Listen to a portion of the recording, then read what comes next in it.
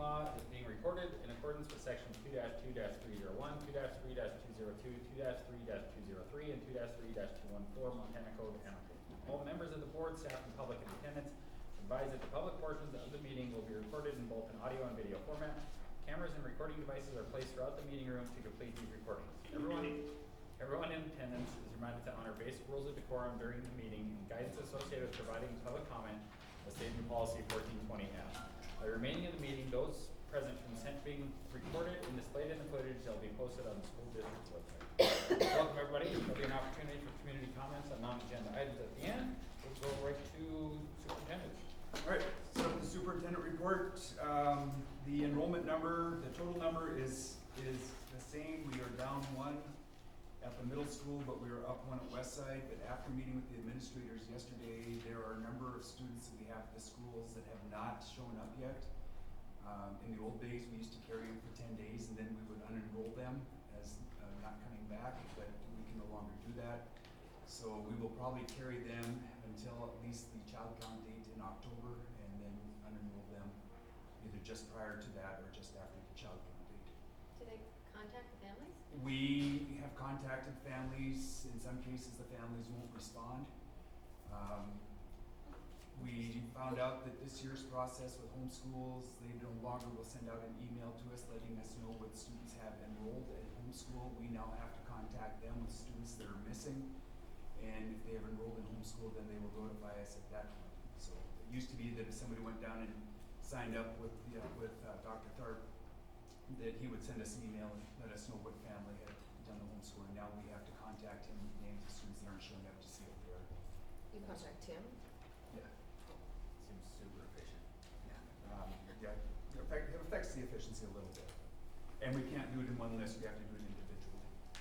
So we can't send a list of students that aren't showing up and ask, we have to do it with individual students. Unless they're in the same thing.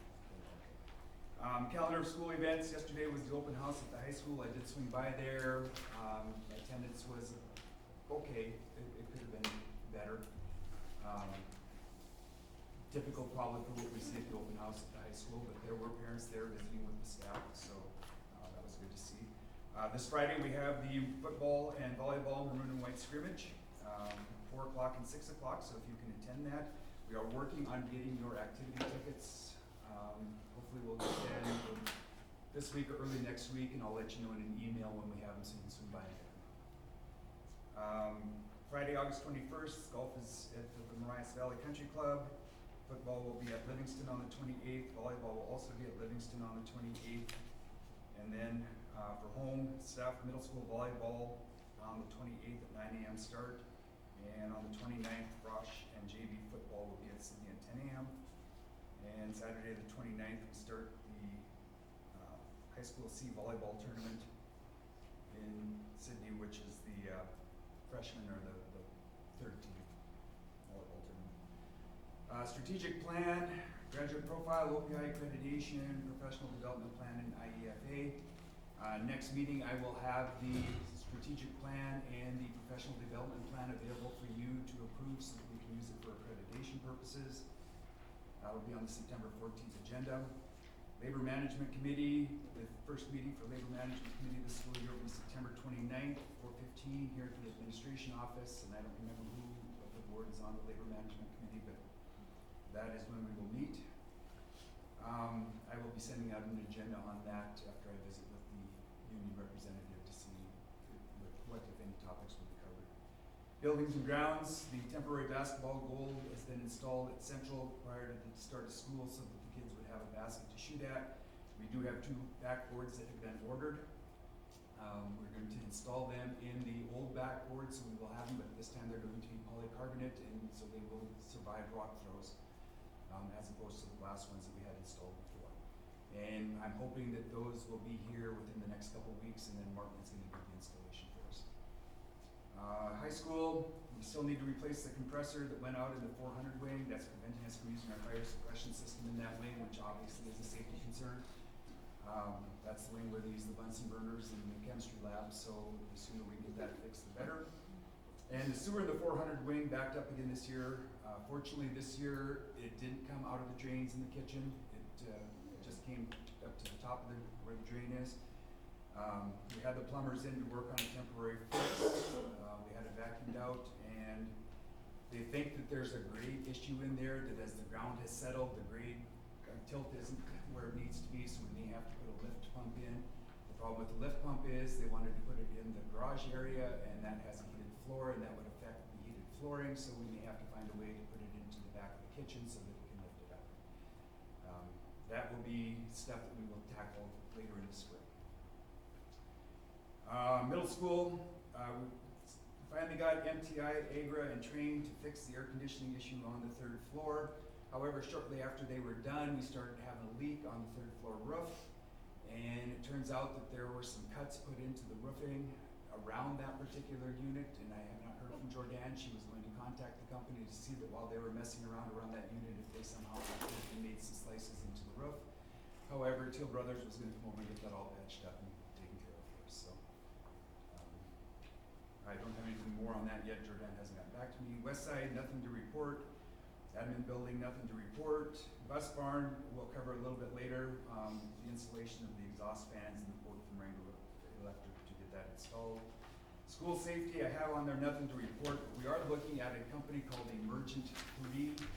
They go by E3. It is a platform where we can increase the speed of our communications. They come in, spend 3 days visiting with law enforcement, emergency management, and fire department, as well as all the different buildings. They map out our buildings for us, map out all the safe zones around our buildings, and allows us then to do direct communication. We can send out one alert that will go to all in district and emergency management at one time. If they have a situation where, say, somebody breaks out from the prison and they have to lock down a building, they then would have the power to lock down our building as well, and we would get that communication as well. So Glendive is using it, Fairview is using it, showed it to the administrators, and they are really positive. The cost is $2,500 to have them come out and do all the mapping and do all the discussions. They take care of all that for us. We give them our emergency plan, and they take all the protocols and put it into the system. And so when we have an emergency and it comes up on the computer screen for the teacher, all they have to do is click on it, and it will tell them what the protocol for the district is and how to handle that emergency. So when you have subs in the building that haven't been trained on our emergency procedures, they will be able to, as that teacher, click on it and see what the emergency procedures are. So, I've talked to a teacher from Fairview and they really like it over yeah, there. it's $6,000 a year to maintain it, which is actually pretty reasonable, and for them to only charge $2,500 for 3 days out here on site. And they do all the professional development. They'll come back and meet with everybody individually and do the professional development with staff and with administrators. So we are looking at potentially pursuing that. Threat assessments, no new threat assessments, nothing to report from NEMAS as of yet. Curriculum, we're going to start vertical alignment in September with math, science, ELA, and social science. Indian education for all, nothing new to report there. District Technology Committee, nothing new to report there. And for informational, again, remember MCEL is October 14th through the 16th. And I don't know if you guys know or if you've logged on to Montana School Board Association, MTSBA, but you should all have accounts with Montana School Board Association to gather data. Especially as we get into the legislative sessions, it's going to be good for you to log in there and see what's going on. Job openings, CTE industrial tech teacher, special education teacher, for the high school, elementary teacher, school psychologist, which we have a contract with, but we're still looking to hire one locally for us. Title A, part-time, full-time elementary secretary. We only had one application for the secretary position, and they interviewed, and it didn't seem like the candidate would be a good fit. So we're still looking. We're even willing to go part-time and have the two secretaries split morning and afternoon so that we can get that covered. Bus route drivers, substitute teachers, sub-route activity drivers. Still looking for a head drill team coach, middle school cheerleading coach, high school baseball, assistant baseball coach, middle school football coaches, which we'll update you later on hires on that, and middle school boys basketball coach. At this point, there were no transfers and there were no resignations. Okay, are we ready for the consent agenda? Yep. Okay, page 5 through 8 of your packet is the approval of the meeting minutes from August 10th. I sent an email to you today about an error that I made with regards to the activity ticket prices. Because it was too late to get into the discussion agenda for this meeting, we'll have to do it again on the 14th. But it should have been $100 for adult tickets and $50 after November 1st, because we were just cutting the price in half, and for some reason I typed in $120 and nobody caught it until today. So that will be brought back up. Other than that, were there any corrections or anything in the minutes? Okay, financial reports, page 9 through 25. And that's also the ASB reports, the warrants and the transfers. If you've had a chance to look those over.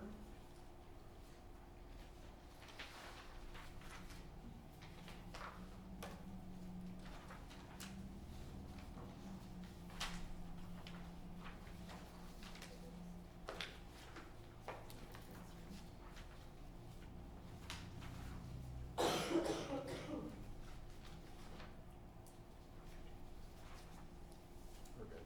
Okay. And then on the bottom of page 26 are the new hires, and I will go through those as we read through the consent agenda for approval.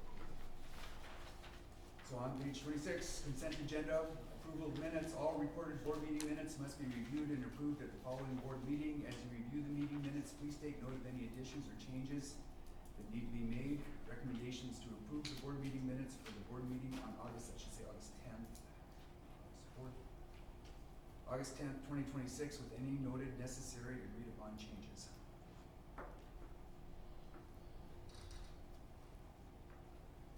Okay.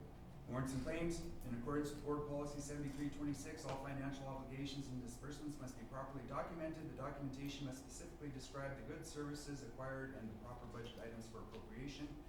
Recommendation is to approve all claims, payments, and cancellations. ASB accounts and transfers. In accordance with Board Policy 7425, the Board of Trustees shall conduct monthly review of the ASB account balances reported by the Deputy Funds Custodian. Recommendation is to approve ASB balances and any transfer request as presented. New hires: Katrina Birdwell, middle school volleyball coach; Brandy Nevers, special education aide; Carla Burhassel, part-time secretary at Westside; Nettie Deneau, FFA advisor; Samantha Hazel, middle school student council advisor; Dee Morales, international club advisor.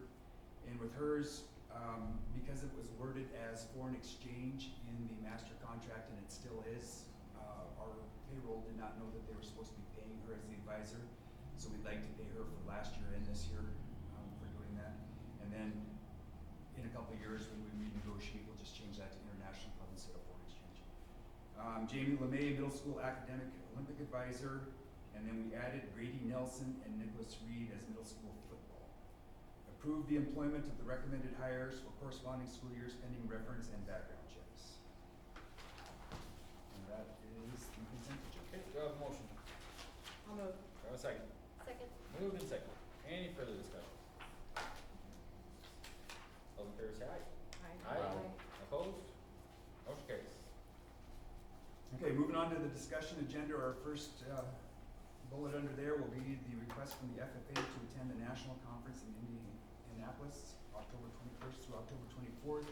As part of our board policy, when we travel out of the state, they need to have board approval for them to attend. So, Ms. Deneau and students, if you'd like to get up and present.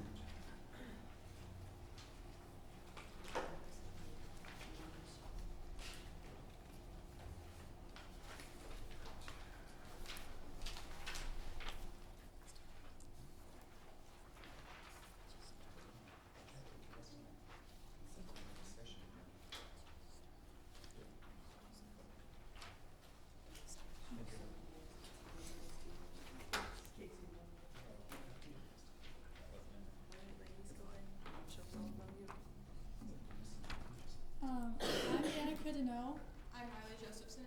I'm Mariah Bauer. and we're here representing the Sidney FFA. We are wanting to go to the National FFA Convention and Expo that takes place in Indianapolis, Indiana, from Wednesday, October 21st, and to Saturday, the 24th, 2026. A little bit about what the National FFA Convention is. According to their website, the National FFA organization calls it the says it's all about growing the next generation of leaders. No matter where you are in FFA, you'll find inspiration and direction to become a leader and influencer, ready to make an impact. During this event, find out who you are, who you want to become, and how you can change how the world grows. The National FFA Convention is a huge opportunity for those of us interested in agriculture. At this convention, there are keynote speakers, educational workshops, and tours near Indianapolis, such as farms, museums, and other agricultural-related experiences. The workshops cover various topics, including leadership, agriculture education, and career planning. By attending the National Convention, we get to broaden our knowledge about agriculture. As FFA members, we have spent the past few years learning about agriculture and competing in various contest areas. We have gone to the state level and are hoping to take our next step to National FFA. If we get the privilege to go to National FFA, we would utilize this opportunity to learn more about agriculture and connect with agriculture students across the country. In order to participate in this experience, we would have to fly or drive. The total distance to Indianapolis is approximately 1,240 miles, which is roughly 18 hours of driving. If we choose to drive, we also get to experience more tours and stops along the way, including farms, zoos, and educational tours, and other activities. This is an opportunity students have had in the past. It seems as though the last trip to the National FFA Convention was in 2017. We are hoping to restart this tradition and provide members with this opportunity again. Sidney FFA is hoping to bring around 3 to 4 of our members. The cost to attending will vary, but our estimate is $2,500 per person, including registration, hotels, tours, and food. Because of this cost, we are planning on fundraising to earn enough money to be able to go. This is a large undertaking, but we already have several ideas for fundraising to make this trip possible. We seek your support and permission to attend this valuable experience to further our leadership skills and agricultural education. In order to go, we would need your permission to attend. This will be our last opportunity to attend this trip. We are all seniors and we have been involved members of our entire high school careers. We hope you will consider this opportunity. Okay. Is there any questions? Will you guys all be driving together? Are you driving? I guess I have to Don't know yet. coordinate with transportation. We have looked a little bit into flying just as well to see if we missed just a bit less school that way. And to allow them all to compete, there is one other FFA contest that Monday, when, valuable driving time down there to get all the tours in. So we haven't made a specific plan yet, but yes, we would all drive together and probably just a Suburban, because there's 4 of them that are very hopeful to go, but one of them is also hoping to compete at state cross country, so that would make her eligible for this trip. But we're trying to keep our options open, provided you allow us to go. Okay. Isn't there a form they have to fill out? There is a form, and I'll get that form over I'm so to them. sorry, I didn't No, know. it's That's fine, okay. it's fine. Yeah. Yeah. No, it's fine. I just want to make sure all the, Yeah. T's are crossed and I's are dotted. Yeah, no, I don't see any reason not to approve this. Yeah, anytime our kids have a chance to experience something, outside of our school, I think we generally support it. And this was an activity that they did yearly, for many, many years here.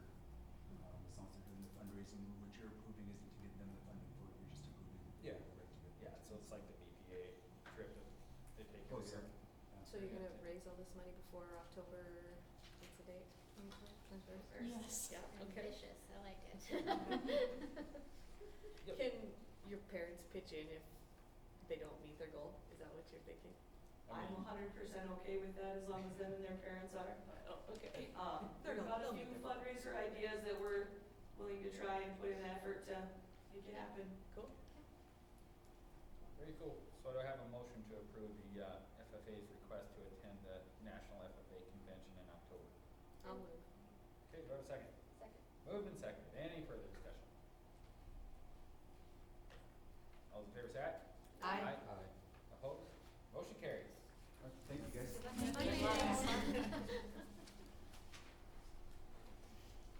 All right, moving on, the 2026-2027 elementary and high school final budget hearing. We will have to have a motion on both the elementary and the high school separately. Nikki and Michelle have provided a couple documents that were added to your table, showing what the budget will look like. This is similar to what you had before, only it's been updated. So it has everything that is on these sheets is on here. With a comparison to last year, if you want to know. One of the changes that we made since we met with you is noticing that the bus depreciation where we pay for our buses in the elementary was down in the $300,000 range. That doesn't even pay for 3 route buses. So since our levies are down so much, we upped it to $200,000. And where that money comes from is it's depreciation on the buses we own. So, but it'll go out in a levy form. But otherwise, if you have any questions, I'd be glad to answer anything, but they're pretty much the same as what we presented the other day, except that we have the actual math done, so any balances, any cash, if there was more cash or less cash, it would have affected this a little bit, but those are all done now. And the bus depreciation is down a little bit because you purchased new buses in the last 2 years. Yeah. So that's why it was down a little bit. And the elementary pays 2/3 of the cost of those buses, that's why they get hit so hard. Yeah. So tuition, is that down just because we have a few less kids, or we just, What's down on it? well, I mean, last year it was like, in the elementary it's 260 and this year it's 234, the high school is 125 and we're at 88. Right. We built those up with oil and gas when Right. Brett wasn't sure what was gonna happen, because now, as of last year, we had to start paying tuition to other schools if their students come to school here, and we didn't know how that was gonna affect us, so he had us build that up with oil and gas.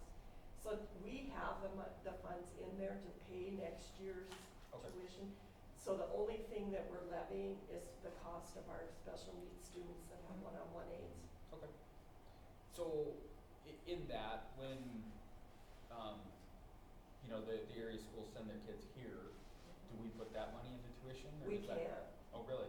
When we receive it, it has to go in the general fund, and Okay. it's part of your overbase Okay. budget. It's weird. Yeah, it's kind of a weird It's setup. just a very strange. Okay. Okay. Obviously, that's new from last year, Yeah, basically. and it goes on the overbase, so it does keep your taxes lower. The overbase is what you would go to for your taxpayers to ask to increase your meals, and we put the tuition, they allow us to put the tuition on that. Yeah. It's such a goofy setup. Well, we're still feeling the effects and trying to feel out with this countywide now versus Right, yeah. assessment. Yep. Okay. Mills for that, so. Anyone have any questions? Clear as mud? Yeah. There was much. Well, we kind of went through it at the last meeting. but- Yeah. No, if something comes up, don't hesitate to call Yeah. us. I mean, really, there's not much change No. from last year. Obviously, flex fund's down a little bit. And that's because we're figuring oil and gas Yeah. is gonna go down. The flex fund is kind of just a flip of the coin anyway. Yeah. 'Cause we can always, if we should put a gusher oil well and get more money, we can always run what's called a budget amendment and have you approve it so that we can spend that money, or we just add it to next year's. All right, and I'm missing the images that had that as well, so. The recommendation that I would have is that the board approve the, Sidney Elementary budget as presented for the 26-27 school year. Okay, do I have a motion? Move. Do you have a second? Second. Moved and seconded. Any further discussion? All in favor say aye. Aye. Opposed? Motion carries. And I would also recommend that the board approve the budget for the high school for the 26-27 school year as presented. Do I have a motion? I'll move. Do I have a second? Second. Moved and seconded. Any further discussion? All in favor say aye. Aye. Opposed? Motion carries. All right, well, now I'm on that list of stuff. Yeah, now we have the stuff in there. Yeah.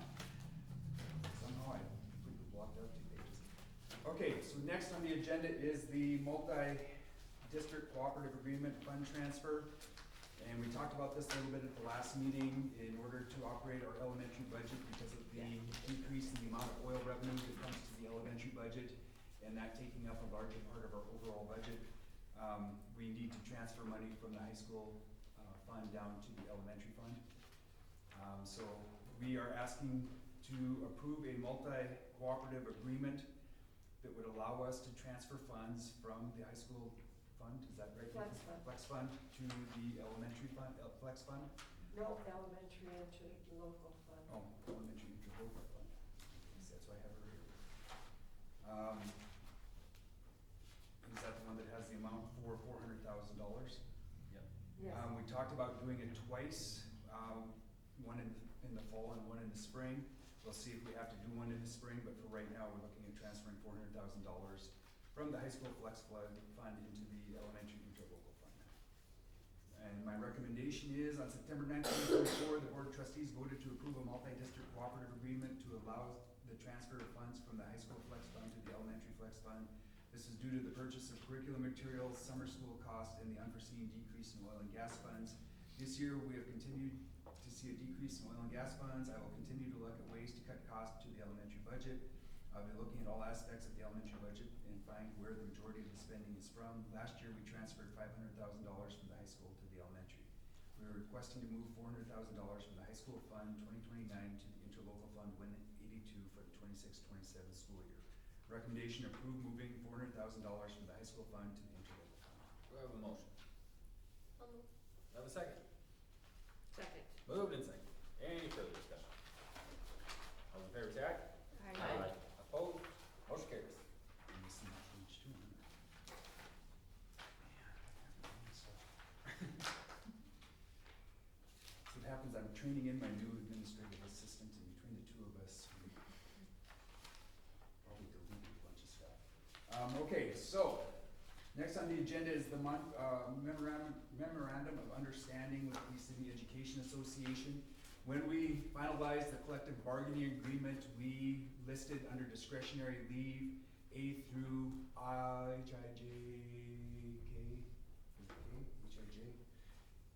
Anyway, we listed what discretionary leave could be used for. However, we left out personal leave. And so we've had some staff question if discretionary leave can be used for personal leave. So I got together with the union and we came up with a memorandum of understanding entered in between the employer and the union to clarify Article 7 leave, Section A, discretionary leave. The parties agreed that while not specifically stated, discretionary leave also includes the use of leave as personal leave. So that will be added in as language to that. My recommendation is that we approve the memorandum of understanding with the Sidney Education Association. Okay. Do I have a motion? I'll move. Do I have a second? Second. Moved and second. Any further discussion? All in favor say aye. Aye. Opposed?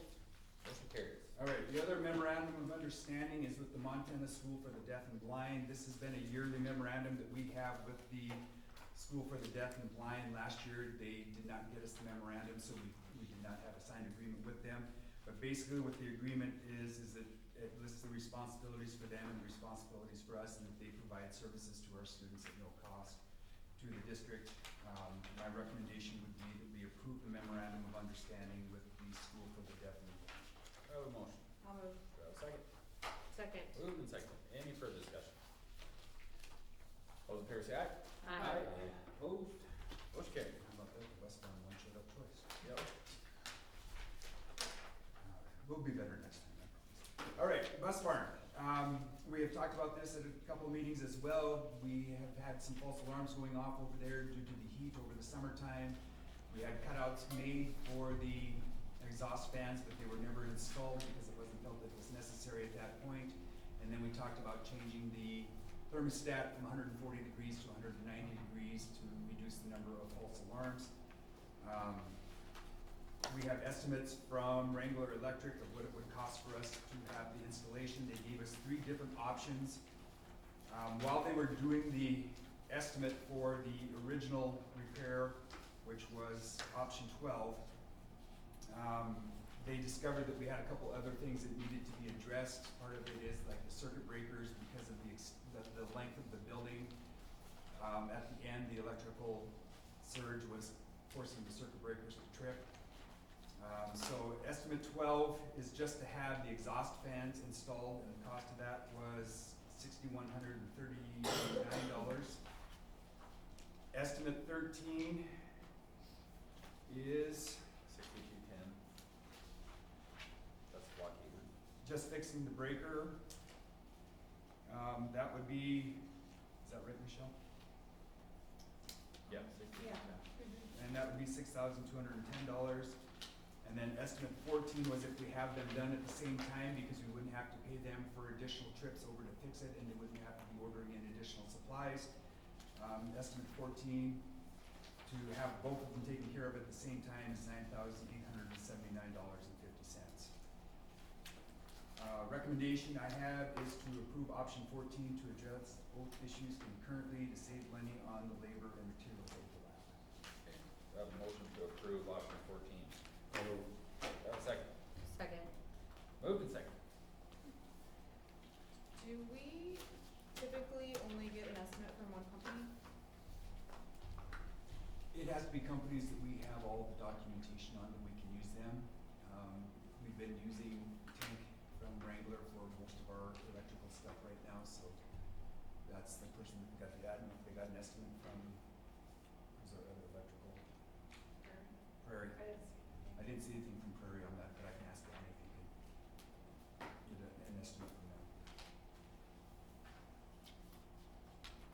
Is that worth it? Probably not. I mean, it's one of those things, it's under the value where we got to take it to bid, so, Yeah. if What is they're, the value to go bid? what is it? 80,000 usually. Yeah. I think, yeah. So. I'm sure Wrangler's gonna be able to get to it sooner too. if Right, something that's the happens thing, to it. they're prepared to do it, so we might as Yeah, well so. get it done. They're the ones who'll be coming in to do the electrical for our 400 wing compressor as well. And they just replaced lights in the welding area for us. So, we moved and seconded, anything else? All in favor say aye.